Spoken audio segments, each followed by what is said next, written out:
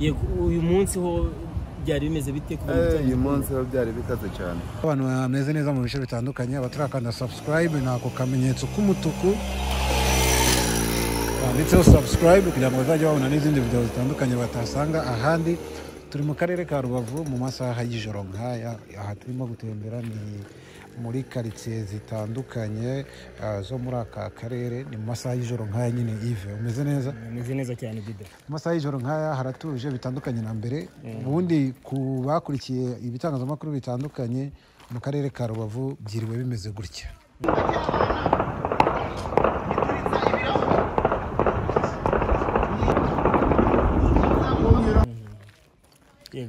Nubwo rusaku rw'imbunda mwumvishe no kubyahoze bimeze. Na karere cyane cyane uduce twegereye umupaka uhana imbibi na Repubulika ya Demokarasi ya Kongo, ahazwi nko kuri Petite, hiriwe urusaku rw'imbunda nyinshi ziremereye cyane, zanyuzagamo n'amasasu, amasasu menshi pe. Icyo twakwita ngo ni imvura y'amasasu. Yego, nk'imvura y'amasasu by'umwihariko aba kuri Petite Barriere cyangwa se ku mupaka muto, dore ko ari nako hazwi. Abaturage ubwo bwari bwose bati ibintu nk'ibinya ntago bimenyerewe kumva urusaku rw'amasasu kuri uru rwego. Avuga rero muri Repubulika ya Demokarasi ya Kongo, aho FARDC cyangwa se ingabo zo kuri Repubulika ya Demokarasi ya Kongo ndetse n'abandi baziyunzeho harimo Wazalendo ndetse na FDLR bari bakomeje guhangana n'umutwe wa 23. Nibyo uyu munsi tugiye kubabwira ko umunsi wose wagenze, ariko tunabatembeza mu masaha y'ijoro. Ese Rubavu bimeze gute? Kuko abantu bose bagiye babona amakuru, hari abari gukeka ko i Rubavu nta bantu barimo. Rubavu abantu bose bimutse, ntabwo ariko bimeze. Ubu tuvugana turi mu masaha dufatiye video, turi mu masaha hafi saa 3 n'igice z'ijoro. Birumvikana muri aka karere ka Rubavu n'ubundi bubabwije, ariko nanone ibice byose biratuje. Abantu bagenda mu muhanda nk'uko kwacu turi kubikora ntabwo ari benshi, ndetse no mu masaha ya saa moya, saa 2 ntabwo bari benshi, kubera ko amasasu yiriwe avuga. Amasasu yiriwe avuga nk'uko bigarutseho. Abantu ni bake, ntabwo ari urujya n'uruza cyane, aba mu muhanda munini ndetse no mu mihanda yo mu quartier. Bamwe nyine nk'uko bivuze ntabwo ari uko bahunze ngo bagende bajye kure, bamwe bibereye mu ngo zabo, bakaba bategereje nyine bavuga bati reka turebe aho ibintu bigana. Akaba ari cyo twavuga nyuma y'uko ayo masasu yiriwe cyane, ariko kuri umunota akaba bigenda bigabanuka. Twavuga ko noneho harimo agahenge by'umwihariko muri amasaha y'ijoro. Rimwe rero mu byaranze uyu munsi icyabaye n'imbarutso y'aya masasu ni ifatwa ry'umujyi wa Goma. Uyu munsi nibwo umutwe wa M23 cyangwa se M23 watangaje ko wafashe bidasubirwaho umujyi wa Goma. Yifashe mu rukerera rwa mu gitondo cyane.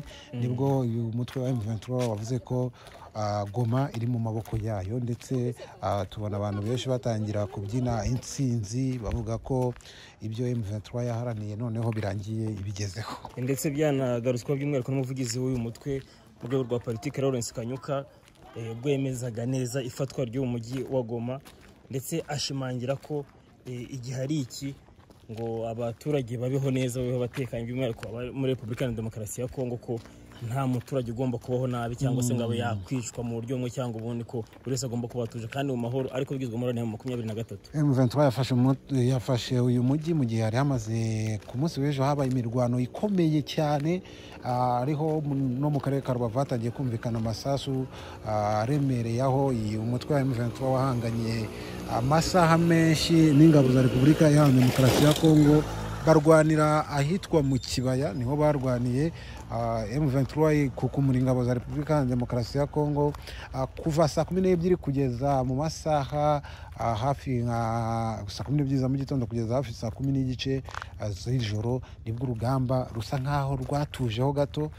Ingabo za Repubulika ya Demokarasi ya Kongo zibwira ko urugamba rurangiye, ariko mu ijoro nibwo Goma yafashwe. Goma irafatwa, ariko mbere y'uko bakimara no gufata Goma batanze icyo twakwita integuza na nyirantarengwa. Yego, hatanzwe integuza y'amasaha agera kuri 48 yo kuba by'umwihariko abo ku ruhande rwa FARDC, ubwo ni nyirantarengwa. Yego, kuba bamaze kurambika intwaro hasi kugira ngo nibura babe batuza, bemere ko batsinzwe, ubundi intare za Sarangwe cyangwa se M23 ifate Goma neza ituje kandi itekanye. Niko byari bimeze. Niko turakomeza kwibutsa ko turi kugenda mu masaha y'ijoro. Uyu munsi ntabwo twashatse kwirekana kuri kamera kugira ngo tubereke Gisenyi nijoro aho itandukaniye na Gisenyi ku manywa yiriwe ivugamo amasasu. Ubu hano turi mu bice, abazi umujyi wa Rubavu ni mu bice bituruka hafi no kuri Unama, agace nako kabamo amazu menshi atuwemo n'abaturage. Aha naho kare amasasu yavugaga, ariko ubu urumva ko hatuje. Ikindi rero cyakurikiyeho M23 nibyo yamaze gufata Goma. Kimara kuyifata abantu bari bazi ko ibintu bigiye kuba neza, cyane cyane ko ingabo za Repubulika ya Demokarasi ya Kongo ibyo zari zategetswe na M23 byo kurambika intwaro hasi zari zabikoze. Ariko hari andi makuru avuga ko umutwe wa FDLR wo uri mu mitwe ngo yanze kuva ku izima, hamwe n'ingabo za FARDC, abandi basirikare ba FARDC banze kuva ku izima. Noneho mu masaha ya saa 4 hafi aho nibwo hongeye kumvikana urusaku rw'amasasu, saa 4 saa 3 gutyo. Abantu benshi rero baravuga ati noneho bigenze gute? Aho rero FDLR by'umwihariko yanze kurekura burundu, nabwo bakomeje nyine gukozanyaho, nabwo ibyo bisasi mu byagiye bigwa no ku butaka by'umwihariko bw'u Rwanda.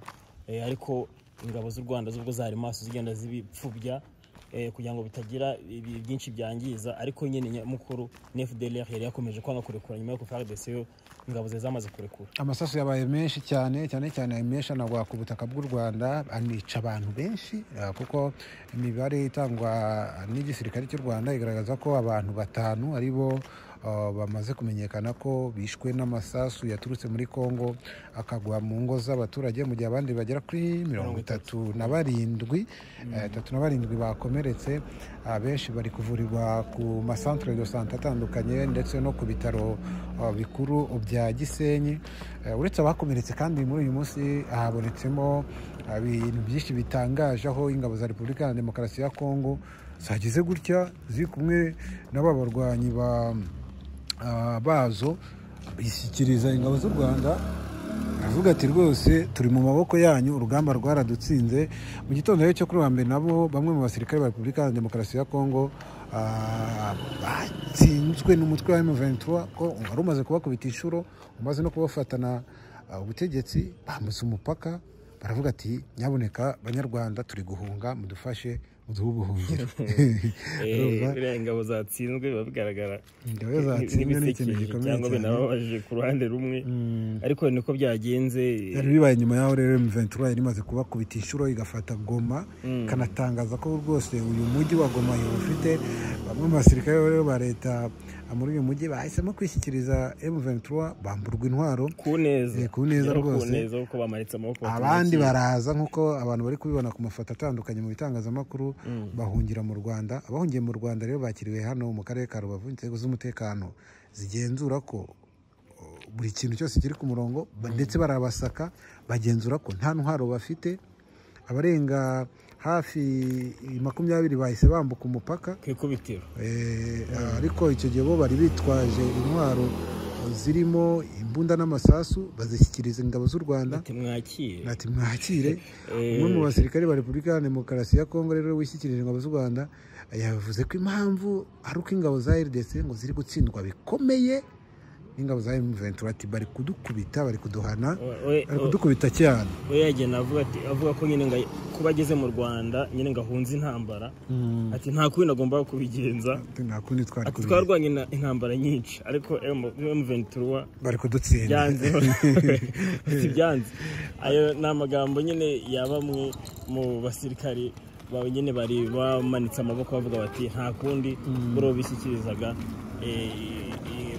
bageraga mu Rwanda baza kuvuga ko rwose igisigaro ko batuza bakamanika amaboko batanga intwaro n'ibindi byose bari bafite. Muri aya masaha tugeze ahitwa kuri Rabamba. Iki ni igice abantu benshi bamenyereye ko gikunze kubamo urujya n'uruza rw'abantu, cyane cyane biganjemo n'abakobwa bakunze kuba bari hano, ariko urabona bitewe n'ibibazo by'amasasu yiri wavuga, ntabwo abantu kuri iyi sura ntabwo bari hano, ntabwo ari benshi. Yaba hano hasi gutyo ubona mu muhanda, yaba muri izi nyubako hejuru mu ma etaje, biragaragara hose nta muntu nyine uhari, na bamwe bari kugaragara mu muhanda ni abari kugenda bataha gake gake. ubundi iki ni igice cy'utubari ni ahantu hakunze kuba hari utubari abantu baza kunywa akayoga, ariko urabona ko nta muntu uhari. Aha rero naho urabona ko ni igice cyerekera mu bice by'iraruguru kurunama, naho n'iri joro imodoka zigendamo muri Gisenyi n'ubusanzwe ziba zisanzwe atari nyinshi, ariko noneho urabona ko zagabanutse. Iri ni ipoto bitewe n'ibibazo by'abantu wenda birukaga cyane, urabona ko birashoboka ko hari abantu barigonze. Iryo ntabwo ari igisasu cyarigonze, ni abantu barigonze, riraranduka. Icyo turimo kuvuga rero ni ukuntu ingabo za Repubulika ya Demokarasi ya Kongo zashwiragiye, ariko zigeze ziravuga ati nyamara wahungira mu Rwanda. Ibintu abantu benshi byatangaje rwose, byabatangaje. Baravuga ati ese ingabo za Repubulika ya Demokarasi ya Kongo zishobora gutinyuka zigahungira mu Rwanda, igihugu zihora zivuga ko aricyo gifasha umutwe wa M23, igihugu zihora zivuga ko zizatera. Ibi rero abasesengura iby'intambara bavuga ko burya ngo iyo utsinzwe uri umuntu w'umusirikare koko wa nyawe ugomba kumanika amaboko. Kumanika amaboko burya ngo ntabwo ari ubugwari, ni discipline, ni igikorwa cy'ubutwari. Uba kugira ngo bagucucume bagize ikinyabupfura. Niko byagenze. Reka none si inzira y'ikirere niba ifunze, inzira y'amazi ikaba ifunze, kandi nta bundi bushobozi bwo kuba nyine batsinda M23, babonye nyine nta bundi buryo buhari, bati ikizere twizire Gitwari, reka tuyamanike Gitwari. Ikindi benshi bari biganjemo kandi ukabona hari abantu b'urubyiruko, hari abona agiye numva batebye bavuga ati ariko se bano basirikari ba Kongo ahubwo ko tubona ari bo nyeshyamba, wenda bitewe n'ukuntu bari kubabona. Ikindi hari n'ukuntu babaga bafite n'ibintu by'ibiyobyabwenge, hari ukuntu bari benshi bari bafite urumogi, bari barufite nyine nko kuba barwifashisha mu buryo bumwe cyangwa ubundi. Akaba rero ari abasirikari bari bamaze kwishyikiriza u Rwanda, ariko kandi ku rundi ruhande hari n'abandi bagiye bishyikiriza umutwe wa 23, abandi bo barahunga, abandi nyine nabo bona bidashoboka ikiza ari ukuza. Muri make bari kugenda bahunga mu bice bigiye bitandukanye, aba bishyikiza M23 nuko aba baje mu Rwanda bakagera ku butaka bw'u Rwanda. Hagati aho tunavugana kandi turababwire ko M23 iri kugenzura umujyi wa Goma, n'ubundi yahise n'ubu iracyagumye ku mwanzuro wayo kugaragaza ko ikirere cy'uyu mujyi gifunze, ndetse ibikorwa byose bibera mu kiyaga cya Kivu ku ruhande rwa Repubulika ya Demokarasi ya Kongo nabyo byahagaze. Ibintu byo gutembera mu bwato wapi kabisa. Umutwe kandi ngo wasabye abatuye nyine mu mujyi gutekana, kuko ngo kubohora umujyi byagezweho neza kandi ibintu bikaba biri ku murongo. Tubibutsa ko turi ku masaha y'ijoro, saa sita mu gihe nk'iki ku manywa ntabwo iyi minota yari gushyira umuntu atumvishe bombe, ariko urumva ko ubu twavuga ko agahenge karahari. Nubwo nyine gutya mu muhanda urabibona abantu benshi bereye mu ngo zabo, reba tugiye metero zigera nko muri 20 nta muntu turabona, urabibona metero nyinshi n'imbere hose, kandi aba nta minota 13 yose tugenda nta gisasu kiraturika, nta urabona ko umutekano ari wose. Ntabwo ari ibyo gusa byabaye uyu munsi, kuko n'abakozi b'umuryango w'abibumbye barimo n'abari mu butumwa bwo kugarura amahoro muri Repubulika ya Demokarasi ya Kongo nabo bagaragaye ari benshi cyane, batonze umurongo, baje gusaba ubuhungiro mu Rwanda. Aba basabye u Rwanda inzira ku mupaka wa Grande Barriere, uko abantu bari kubibona, kugira ngo babone uko bava mu mujyi wa Goma uri kugenzurwa na M23.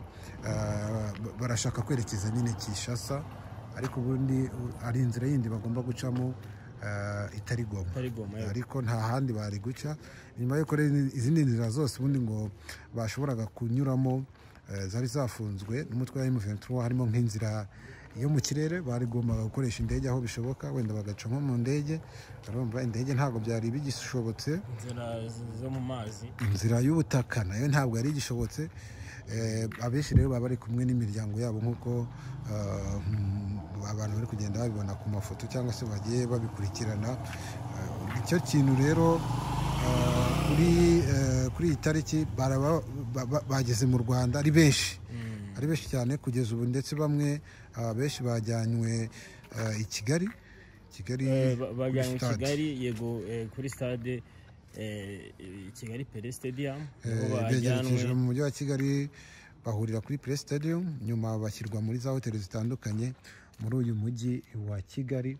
Aha kuri iki gice naho tugeze ni ku gice kizamuka aho twakwita Hehera. Aha naho humvikanaga amasasu menshi, ariko iki ni igice kizamuka werekeza kuri gare. Naho humvikanaga amasasu menshi, ariko ukabona ko kuri uyu mugoroba naho hatuje. Twatubabwiye ko abo bakozi ba Loni bajyanywe kuri stade, nyuma yo kugezwa kuri stade noneho bagahabwa za hoteli. Ikindi gishimishije kuri iki kintu ni uko u Rwanda rwatanze ubufasha bwo kubakira no kubageza i Kigali. Bagiye muri modoka za Ritco, abantu benshi bagiye bababona.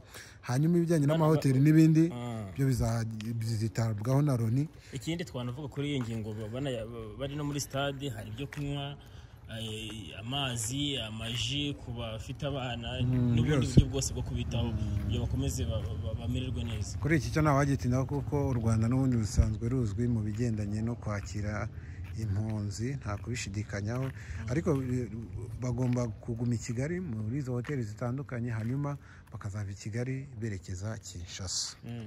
Nuko bihagaze. Ibyo biri mu bintu rero uyu munsi byavuzwe cyane.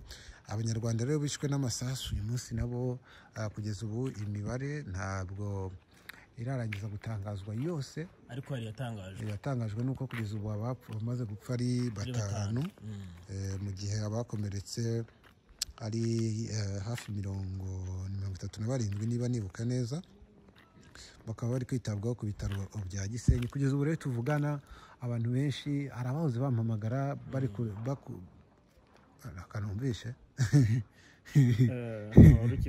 hari abahoze bampamagara bari kubona inkuru turi gushyira kuri YouTube, bakavuga ati ariko se mukomeze mutubwire bimeze gute. Abanyeshuri bari kuduhamagara, ababyeyi bari i Kigali bafite nk'abana babo bakaba ari abanyeshuri, ariko abana kugeza ubu bakaba bari kubahamagara avuga ati turashaka gutaha muduhungishe. Ariko icyo twabwira abantu wenda banadukurikiye bumve ko nta bintu byacitse hano mu karere ka Rubavu. Ubu urabona ko turi kugenda mu muhanda twenyine. Yego, ibyo byanagarutsweho n'umuvugizi w'ingabo z'u Rwanda, Brigadier General Ronald Rwivanga, aho by'umwihariko nawe yavuze ko ati nubwo ibyo byabaye ariko umutekano urahari, abaturage bakwiye kumva ko bagomba gutuza kandi ko ingabo z'u Rwanda ziri maso. Ikindi cyabaye cyateye abaturage cyane cyane ishema ko ingabo z'u Rwanda zihagaze neza n'ibigendanye n'ubwirinzi.